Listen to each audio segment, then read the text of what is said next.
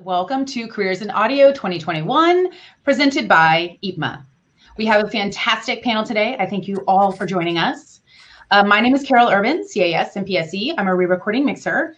Some of my recent mixes include Grey's Anatomy, The Stand, Boomerang, and HBO's Made for Love. I'll be moderating your panel today and talking with some incredibly talented people. I encourage you all to take a look at your window real quick. In the left bottom corner, you will find a chat window. I encourage you all to participate in chat and please direct your questions there. Questions you would like to have answered while we're speaking, but also maybe questions you would like to send to the panel as a whole. Our chat moderator is the fabulous Bernard Weiser, MPSE. His photo is pictured here on in our middle screen. He is a sound supervisor, sound editor, and sound designer.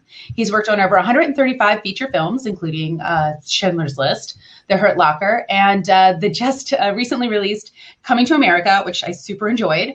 He is also the president of the Entertainment Industry Professionals Mentoring Alliance, EIPMA, for which we are meeting today. So let's get to introducing our fabulous panelists. Let's start off with, I'm going to go kind of in order to a certain point. So our first few panelists are actually kind of in an assembly line of how they would work professionally. So we'll start off with our production mixer. This is Marcos Contreras, CAS. His expertise is specifically in unscripted media, as well as many other genres. But he has just recently worked on Reno 911's revival, which is fantastic. Some of his other recent credits include The Real Housewives of Potomac, Singapore Social, and Made in Mexico for Netflix. Say hello, Marcus. Hey, how you doing, guys? Nice to meet you. Next, after things are recorded, they get thrown to audio post-production. And we have Greg Hedgepath here, MPSE. He is representing Sound Supervision. He is a sound supervisor, sound designer, and sound editor. He's created sound for The Tornadoes and Twister, was a sound designer on the Academy Award-winning film Speed, and he's worked on over 90 films, including Frozen, Selma, Straight Outta Compton, and the recently released Coming to America, just to name a few. Say hello, Greg. Hello, everybody. Oh, thank you. Thank you very much. Thank you. I love that. Oh my gosh, this is also a really fun crew, guys. Alan Myerson CAS is next. He is a music scoring mixer and producer. He's completed over 300 projects and films and video games. Some of the most recent works that he has completed are for Dune, Space Jam 2, and Mank. So, hey, congratulations on this year's nomination for Academy nomination for Mank. Say hello, Alan. Hi, everyone. Glad you're here. Excellent. And then, of course, once the music is recorded and all the sound editorial is done and things have been recorded on set and ADR is completed and all the things that we're going to talk about later, and in our panel, things go to the re-recording mixers. Sherry Klein is a re-recording mixer, Sherry Klein, CAS. She has created the sound for countless television programs and films over her career. She's currently working on New Amsterdam and Queen of the South. Say hello, Sherry. Hi there. Next, we have Michelle Cebulcik, Pettinato. She is a concert sound engineer. For the past 30 years, she's traveled around the world working with artists like Gwen Stefani, Adam Lambert, Kesha, Goo Goo Dolls, Styx, Elvis Costello, and many more. Michelle, please say hello. Hi, everybody. Next, we're moving on to Jed Jet Galindo. She is a music mastering engineer and a vinyl cutter, which I personally can't wait to hear about. Jet works at the bakery, and she's worked on many films spanning a wide variety of genres and artists, including Haley Reinhart, Barbara Streisand, the Jaded Hearts Club, just to name a few. Say hello. Welcome, Jet. Hi, everyone. Excellent. And finally, last but certainly not least, we have Lauren Johnson. Lauren Johnson is a technician and a manufacturing expert. She's worked in many post-production facilities at Fox Theatrical Editorial Department, Margarita Mix, which is a division of Photochem, Pro Audio Solutions, and Avid. And she's currently a post-production sound engineer at Walt Disney Studios. She has extensive technical background knowledge in post-production and music recording and music workflows. So please say hello to Miss Lauren Johnson. Good morning, afternoon, and evening. Excellent. Well, let's get started with just a quick introduction. I'm going to just break it down real quick. We'll start from Marcos.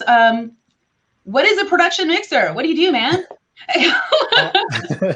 Well, a production sound mixer is the person that records all the dialogue and sometimes sound effects on set on the movies.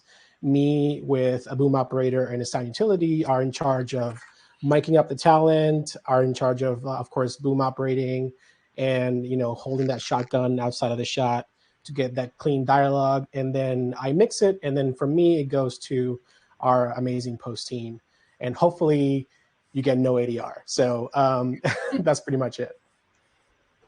Excellent. So once it's recorded and it needs to go into post-production, it go to a gentleman like Greg. So Greg, as sound supervisor, what do you do with all this stuff that Marcus has just thrown your way? What do you do? Well, what we do is we take his dialogue, and first it goes to the picture department. They sync it up with their picture. Then once they're through cutting, then they give us the at least a temp version of the picture, and we take his sound and we also sync it up, but we also then fine tune it, and we check synchronization. Sometimes they use alternate takes. We find all those. We do a lot of cleaning up so that everything flows smoothly, and so that you don't hear cuts between different takes of dialogue, maybe a scene recorded on a set versus inside a house, and it's supposed to look like the same place, so we make it sound like it's the same place. And we also add sound effects and Foley, which is footsteps and movement and anything that's kind of, like it has to be performed or whatever. And then we send it on to the re-recording mixer. Excellent. And you also have to have music once you go to the re-recording stage. So typically there's a music editor that comes, or a music supervisor. So let's move on to Alan Myerson. Alan, tell us how you work that music and give us what we need to do our jobs in post. Sure. So working backwards, taking into account what Greg says, my ultimate goal is to deliver to the re-recording stage music that will work seamlessly with the dialogue and effects so that they don't have to go in and micromanage anything about the music. And so that when I deliver it to them, hopefully, once everything gets settled in, I'm delivering a final music mix that then would easily get integrated with the dialogue and effects. But what goes into getting you there is quite involved, and there's a lot of different tasks that might be involved. I usually get hired by the composer, so my relationships are with the composer. So depending on the score, I could be involved as early on as the composer coming up with a concept and trying to develop some sound design and sound ideas with him, to what usually happens later on is the best part of my job is putting up microphones in front of a multi-100-piece orchestra, either all together in the same room, if it's, say, James Newton Howard, or more likely with the separate strings, brass, and woodwinds, and combining that with all the pre-recorded live elements and all the computer-generated elements. And then I bring it into my little mix room and spit out, hopefully, something that sounds like a piece of movie music. And then in addition to that, if there's licensed songs or songs that aren't involved from the composer, a lot of times my job is to take that, which is living in a stereo environment, and sort of make it formatted for, what would work well on a screen and a stage, and sort of try to enhance it for those jobs. And that, in a big nutshell, that's it. Excellent. And then once the music is together, all the editorials together, Greg has organized all the dialogue. He's got all the sound effects from all of his editors together, ADR, et cetera, all that schmutz. It goes thrown to the re-recording mixer. Sherry Klein, what do you do with all that schmutz? Well, with all that schmutz, we basically bring it all together on the dubbing stage or the re-recording stage. Everything that Greg and Alan and, Marcos, who's usually one of the most important people in my lineup, everything that they complete comes to the dubbing stage. And recorded music, dialogue, sound effects, sound design, we create the final version of a soundtrack for a feature film, television program, advertisement. We just put it all together with the guidance of producers, directors, film editors. There's a lot of input involved to the final piece. A lot of people say, oh, so you're a technician. And I go, yes, but no, because there's a lot of technical expertise needed. But for the most part, we're a very creative profession. We we can bend, as using Carol's words, bend and stretch and add reverberation, add all kinds of crazy sound design things to the dialogue, to telephone voices, to speaker voices. We take care of all that on the dubbing stage. So as a re-recording mixer, I work with another mixer who is a sound effects mixer. He mixes Foley and sound effects and the sound design. And together, when it all comes together, it's like an amazing dance performance that just, melds, and it's magical. So that's basically what we do. Best video game ever. I love it. Moving on to Michelle. So we're moving a bit into music. I imagine this is an incredible position. Tell me about what it is that you do. You have to have such a, I would imagine, close relationship with your musicians. You're their voice to the people. Tell us about what you do. Right. So my official title is the front of house engineer. And what that means is I'm responsible for what the audience hears coming from the PA speakers at a concert. So whenever you go to a concert or see a live band, the sound engineer's job is to blend the sound coming from the actual instruments on stage, the things like the guitar amps, drums, keyboards, and vocals, and put all of that together into a mix that's enjoyable to listen to. And how that's accomplished is by using microphones and other devices to deliver the sound from each individual instrument and vocal into a soundboard that I then use to manipulate all of those individual levels together and add things like EQ and effects to create the mix that the artist wants represented to their audience. I also work with a monitor engineer who is another sound engineer, and they're located on the stage, and their job is to actually mix the sound for the musicians. So each musician has a monitor mix, and that can come from a specific speaker that's pointed at them on stage or in-ear monitors like earbuds. So the monitor engineer creates a specific mix for each musician. So while I'm doing one mix for the entire audience to listen to, the monitor engineer could be doing anywhere from 2 to 20 or more different mixes, depending on how many people are on stage and what they need. Wow, that's a lot. Yeah. Huh. And all live. That's what's amazing to me. I'm post. I get to hit rewind. I love what you guys do is amazing. Moving forward to our friend Jet. Jet is a mastering engineer and vinyl cutter. I just want to hear all about this. Tell me what is it that you do? Well, so we're at the very final stage of the music production process before music gets sent out to the listeners, consumers, so they can appreciate the music in their consumer playback systems. So our goal is to make sure your music, whether it's an album or a movie soundtrack, is best presented in whichever playback system anyone's listening to, and whatever platform and whatever format, and that includes vinyl. So like with the Sherry's position, a lot of people think that it's a purely technical career path, but there's a lot of creativity that happens within the mastering stage.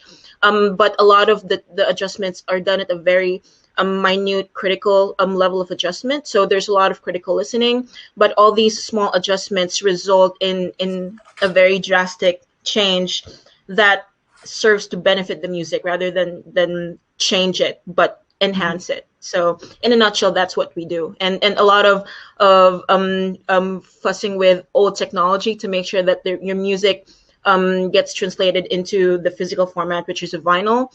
So we use a very old technology called a vinyl cutting lathe to make sure that any type of music, whether it's classical, electronic, or rock, we do our settings so that the heated stylus cuts the music onto a vinyl master. And the whole process heading to the final vinyl disc, there's a lot of stages onto it. Visual aids for us. Yeah, so we can go down that rabbit hole later. I love it. I love it. That's so fascinating. So really you have to work with kind of the latest technology and, but also kind of archive technology, like older technology as well. Exactly. It's old. It's very interesting. They don't manufacture vinyl cutting lathes anymore. So it the only way you can really learn vinyl cutting is through a mentorship opportunity. And I was very fortunate enough to be mentored by the grandfather of mastering, Doug Sachs. So it's an honor. Nice. Very cool. Yeah. And last but certainly not least, Miss Lauren Johnson, tell us about your work as a technician and as a manufacturing expert for the audio world. Yeah, so in my current position, basically I support the Gregs, the Allens, and the Carols and the Sherrys between the dub stage and basically making sure that everything runs smoothly, technically speaking, as well as in ADR, which is automated dialogue replacement, where they essentially replace some of the lines from set or add voiceover, all those types of things. So that's kind of job number one in my current role. Secondarily, it's a lot of computer support, software installation, as Jet was discussing, actually making legacy software and legacy technology work with what's going on currently, because different people have different ways of working. So basically re-engineering ways to make everything communicate with each other or help bring systems up to speed to work now. And from the manufacturing side, it's more essentially, at least in my role, it was sort of helping give feedback from clientele, like pretty much everyone here, to Avid, and saying, hey, here's what people are asking for, here's the feedback that we're getting about these products, and giving them that information so that they could essentially improve or add features or kind of plan for the next 5 years of what audio technology looks like. So there's the distribution part and the manufacturing part, but it's also a lot of customer support, and what I did was considered pre-sales, which essentially means I learn the gear before everyone else does, and then go to a trade show or do an online demo and present it, and then support it as it's being released with the local resellers. Nice. And I must say the technicians that support what we do are invaluable, because you're right. You a lot of times are the translators between the creative mind and workflow that has been going on for decades and decades with many people who've been doing this for a long time, making that work with the newest technology so that it feels transparent to the creative process. It's really fantastic. Exactly. Awesome. So I'm just going to go around a little bit again. So now that we've kind of summarized what it is that we do, I would like to know how you found yourself in this position. Did you seek it out? Did it seek you out? How did this appear? Let's go ahead and start with Marcos. Marcos, how did you find production audio? Well, I like to say that production audio found me. I went to school for film, and in school we have to learn everything. We have to learn how to shoot. We have to learn how to cut. We have to learn how to write and direct. And it's one of the jobs that people didn't want to do was sound. And I happened to pick up a boom and pick up a microphone and pick up a little mixer, and I did a lot of short films for a lot of my friends, and that's I became one of the guys they called for hey, Marcos, I'm working on a little short film, I'm doing my project for whatever this class, can you do my sound? And and it was awesome. So when I graduated school, I had like 35 short films I have done. And it was sort of like, perfect. This is what I want to do. It's sort of kind of like I found my calling. It became easy. I understood it. I liked it. I loved it. And then I added a sound minor to my degree. So I graduated with film and sound as a minor, and then I moved to Los Angeles. And since I moved out, I never stopped. I said, this is what I want to do. This is great for me. I love it. And here I am, 13 years. And so did you come out and you were like, all right, I'm going to buy some equipment and go find clients, and this is what I do? Or did you find did you move up through ranks, or how did you? Yeah, that's a good question. It's sort of, I got really lucky in a weird way. A bunch of friends from the school were shooting a TV show, and the TV show was just a bunch of students. We didn't know what we were doing. Some guy at the Outdoor Channel said, here's a bunch of $1 million and shoot a TV show in Costa Rica. And we didn't know how to do it, but we did it anyway. So it was me and 3 other mixers. Amanda Beggs was there. Amanda Beggs, CAS. Nice. She's part of a boom member. Yeah. A great friend. And it was me and Amanda and 2 other dudes. And we were like, okay, this is how you shoot this fishing show in Costa Rica. And after that, after the show wrapped, I was allowed to borrow some of their gear, keep some of their gear for an extended period of time because no one else was using it. And that helped me to build my credits here. So I had, minimal stuff, but it was enough that I can do quite a bit, shotgun and a couple lavs and a mixer, and boom, that was it. And after a while, after you're working, you start buying gear. I say you buy gear for the job. You don't buy gear without a job, because it costs a lot of money. So yeah. So then the projects kept changing, and after a while, it's kind of a word of mouth, like one thing leading to another kind of thing. Yeah, exactly. You sort of like as another thing to know, when you move and you work in a city that you don't know anything about, work on everything. Like even the good jobs, the bad jobs, you don't know. Like I got calls from guys from like 10 years ago. Hey, that thing we did, now I'm directing a feature. You want to do it? And you go, yeah, totally. So you never know where that little connection is going to go in the future, and how those people are going to do. Because and if you do a good job and you're at least you're nice, you will get a call back. So it was important to really hone those connections and anyway, and work on anything, from the good to the bad, commercials and little films and short films and student films, and from that, from those little jobs, I got a job on a reality show. It was called Hollywood X's for VH1. And I was sort of there for like filling in, and then the next season came back and they were like, hey, do you want to soup it? Soup it means you were in charge of the 3 other mixers on the show. And I was like, yeah, and sort of like never stopped doing unscripted. Nice. So yeah. Very cool. Then and then the unscripted world changed, and then now we're in now Reno 911 came back, which was, I'm very lucky. The show shoots like a reality show. It's everybody's mic'd up. Everybody's on a log. Everybody has their own track, and your script says 2 officers are stopping a bank robbery, and that's it. And they just talk. It's almost like improv. Exactly. It's the entire thing is improv. So there's no like, there's no reading lines. You're like, get ready because we're gonna go, and never stop until they say cut. And the people on set, the actors who are also their EPs, will say cut when they're done, and we move along. Wow.